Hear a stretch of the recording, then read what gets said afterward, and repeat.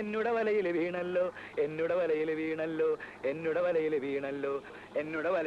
അച്ഛനെ ഇന്ന് വൈകുന്നേരം രാജകുമാരി വരും. രാജകുമാരിയോ? ആശാൻ തമാശ. ഇന്ന് ബ്ലൗസ് തച്ചു കൊടുക്കാണോ പറഞ്ഞിരിക്കുന്നത്? അതിന് ബ്ലൗസിന്റെ അളവ് വേണ്ടേ? അളവ് ബ്ലൗസ് മേശക്കടിയിൽ ആശാൻ ഒളിപ്പിച്ച് വെച്ചിരിക്കല്ലേ? എടാ എടാ, ആ അളവ് ബ്ലൗസ് കൊണ്ട് ബ്ലൗസ് വെച്ചാലേ അവളുടെ ഇപ്പോഴത്തെ കണ്ടീഷൻ അനുസരിച്ച് അതങ്ങനെ കടക്കില്ല. ആശാൻ അവർ തൊട്ടും പിടിച്ച് അളവെടുക്കാൻ വേണ്ടി അല്ലേ ആശാനെ? നേരം മങ്ങിയ നേരത്തക്കര മാനത്തെത്തുവതാരോ. ബ്ലൗസ് വെച്ചോ? എന്ത് ചോദ്യ രാജകുമാരി ഇത്? അളവെടുക്കാതെ ബ്ലൗസ് തയ്ക്കാൻ പറ്റുമോ? അളവ് ബ്ലൗസ് തന്നിരുന്നല്ലോ. അതുകൊണ്ട് ബ്ലൗസ് തയ്ച്ചാ രാജകുമാരിക്ക് ഇടാൻ പറ്റില്ല. എന്റെ രാജകുമാരി, ഇത് നിന്റെ കല്യാണ സമയത്തുള്ള ബ്ലൗസ് അല്ലേ? അന്നത്തെ പോലെ നീ ഇപ്പിരിക്കുന്നത്. ശരിയാ, ഞാനതങ്ങ് മറന്നു. പക്ഷേ ഇന്ന് എനിക്ക് ബ്ലൗസ് വേണം. അതിന് 1 മണിക്കൂർ സമയം പോരെ? രാജകുമാരി വാ, അളവെടുക്കാം. വാ.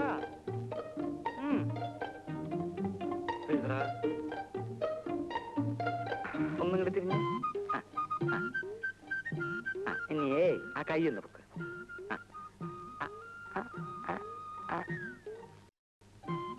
34. എത്ര? 34. കൈ പൊക്കേണ്ടിരുന്നോട്ടെ, അതൊരു കുഴപ്പമില്ല. കൈ പൊക്കിച്ച കൊല്ലാനൊന്നല്ലല്ലോ. 35. എഴുതറാ.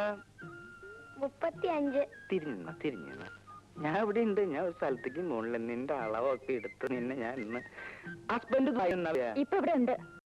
അപ്പൊ 2 കൊല്ലം കഴിഞ്ഞിട്ടില്ലേ വരുള്ളൂ എന്ന് പറഞ്ഞത്? അവിടുന്ന് പിരിച്ചു വിട്ടു. 10. എഴുതാ. 10. 18. എഴുതാ തെണ്ടി.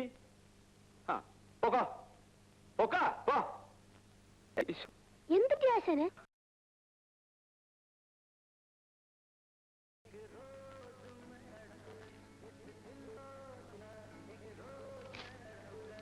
ഓ, തട്ടാര് പണപ്പരവും കഴിഞ്ഞ് പോവുമല്ലേ?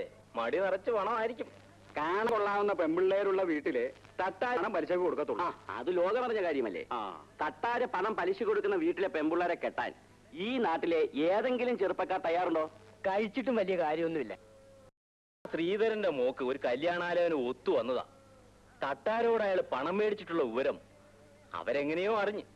എന്നിട്ടേ ആ ചെറുക്കൻ പറയുക ആ പെണ്ണിനെ അവന് വേണ്ടാന്ന്. എവിടെ ഒരു പലിശയ്ക്ക് കൊടുപ്പ്.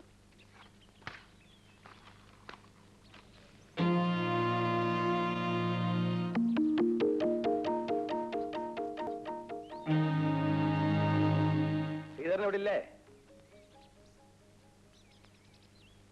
എന്തായാലും മനുഷ്യരെ കാണാതെ ഓടി അകത്ത് കയറിയത്. അച്ഛൻ ഇവിടെ ഇല്ല. തിരിച്ചു കണ്ടെന്ന് വിചാരിച്ചോ അപ്പം പലിശയ്ക്ക് പോയത്?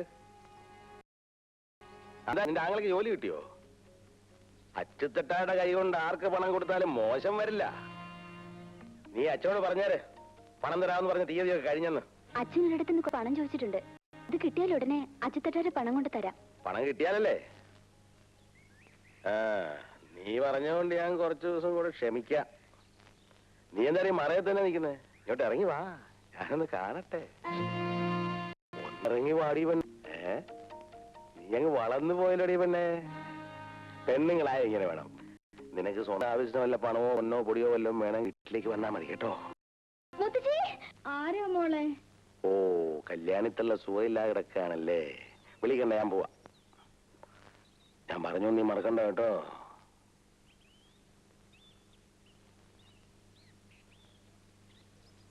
ശാന്തേ, ശാന്തേ, ശാന്തമ്മേ.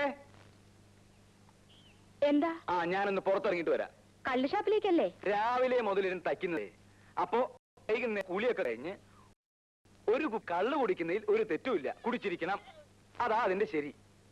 4-5 വർഷം കഴിഞ്ഞില്ലേ നീ എന്റെ ഭാര്യയായിട്ട്? എന്നിട്ട് നിനക്ക് ഇതിനെ പറ്റി ഒരു വിവരമില്ലല്ലോ. മതി മതി, ഈ വിവരം ഒക്കെ മതി. ചെന്നാട്ടെ. അങ്ങനെ പറ. അമ്മൂട്ടിയെ വരട്ടെ.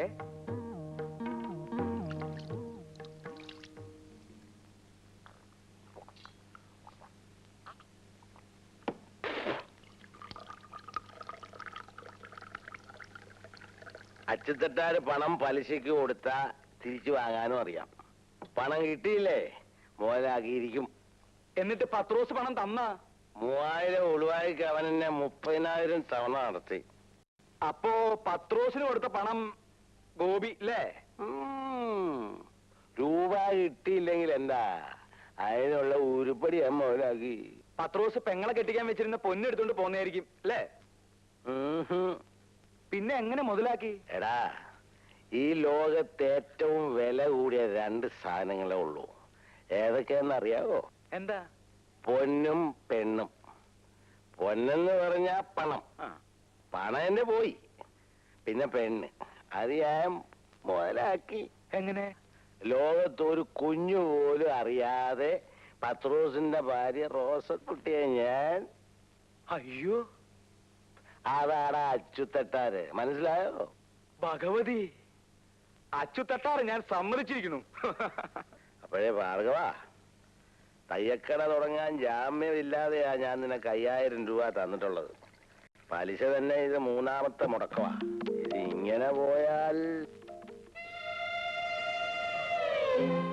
അയ്യോ, ഞാൻ ആവുന്നത് വേഗം തിരിച്ചു തരാം അച്ചുതട്ടാരെ. ആ ഓർമ്മ വേണം. ഞാൻ വരട്ടെ. ഉം.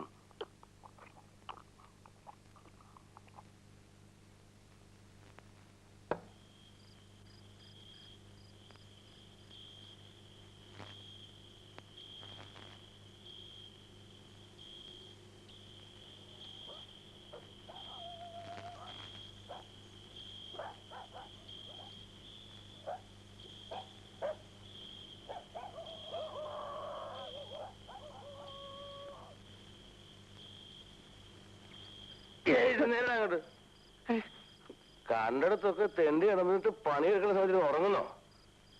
എഴുന്നേറ്റിരുന്ന് പണിയടാ. എന്താണ് നോക്കി നിൽക്കുന്നേ? ചോറണം വേഗടി. അവിടെ നോക്കാൻ വന്നിരിക്കുന്നു. ഉറങ്ങാൻ കണ്ട സമയേ. ഓർത്തിട്ടല്ലേ, ഭാർഗവേട്ടന് ആൺകുട്ടിയോടാണ് ഇഷ്ടം. പക്ഷേ ഇനിയിപ്പൊ അതൊന്നും പറഞ്ഞിട്ട് കാര്യമില്ലല്ലോ. യൂട്രസ് എടുത്ത് പുല്ല് പോലെ കളഞ്ഞില്ലേ ഡോക്ടർ? അതിന്റെ വില എന്താന്ന് ഡോക്ടർക്ക് അറിയോ? അമ്മൂന് 1-2 ആലോചനയായിട്ട് ആ ബ്രോക്കർ നാരായണേട്ടൻ വന്നിരുന്നു. നാരായണ ചേട്ടനും നാരായണ ചേച്ചി വന്നിട്ട് എന്താ കാര്യം? കയ്യില് തുട്ടുണ്ടാ? കട തുടങ്ങാനേ 5000 രൂപയാ അച്ചുതട്ടാരോട് വാങ്ങിയിട്ടുള്ളത്. അതിന്റെ പലിശ പോലും 3 മുടക്കാ. അയാള് പണം കിട്ടാത്തടന്ന് പണം മുതലാക്കണ കാര്യം കേട്ടിട്ടേ എനിക്ക് പേടിയാവണു ഈശ്വര. അവളുടെ കാര്യം നോക്കാൻ നമ്മളല്ലാതെ പിന്നെ ആരാ ഉള്ളത്? അവൾക്ക് ഞാനില്ലേ? അവളുടെ കാര്യം ഞാൻ ആലോചിക്കാകില്ല. വരട്ടെ.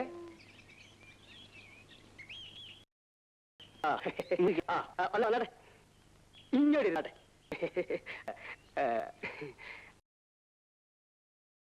അച്ചുതട്ടാർ എവിടെ പോയി?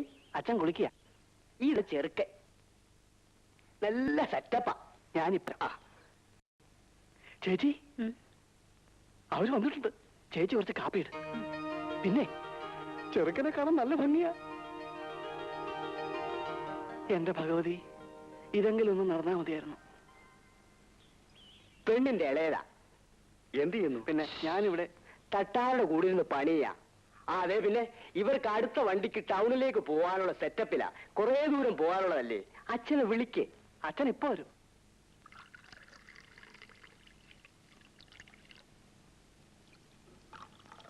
ആർക്കത്?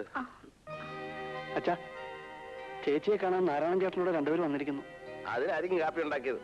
ഞാനൊന്ന് സംസാരിക്കട്ടെ, എന്നിട്ട് മതി കാപ്പിയും ചായയൊക്കെ. ആ തട്ടാരെ, ഇതാണ് ഞാൻ പറഞ്ഞ ചെറുക്കൻ. ഇത് അമ്മാവൻ. ചെറുക്കൻ അണ്ടിക്കമ്പനിയിലാ ജോലി. 900 രൂപ ശമ്പളമുണ്ട്. 25,000 രൂപയും 10 പവന്റെ ആഭരണവും കൊടുക്കണം. ബാക്കി കാര്യങ്ങളൊക്കെ ഞാൻ പറഞ്ഞ് സെറ്റപ്പ് ചെയ്തിട്ടുണ്ട്. എഴുന്നേറ്റ് എഴുന്നേറ്റ്. ഇപ്പോഴാണോ തമാശ പറയുന്നത്? തട്ടാർക്ക് എപ്പോഴും ഒരു തമാശ. 25,000 ഉളുവായും 10 പവന്റെ പൊന്നും ഇവിടെ എടുത്ത് കെട്ടി വെച്ചിരിക്കല്ലേ.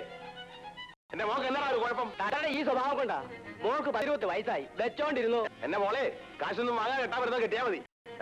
ഇനിയിപ്പോ ഇയാള് പറയണോ? വന്നാട്ടെ, നമുക്ക് വേറെ സെറ്റപ്പ് ചെയ്യാം. ഒരു തട്ടര് വന്ന് നാട്ടിൽ വേറെ പെമ്പുള്ളാത്ത പോലെ.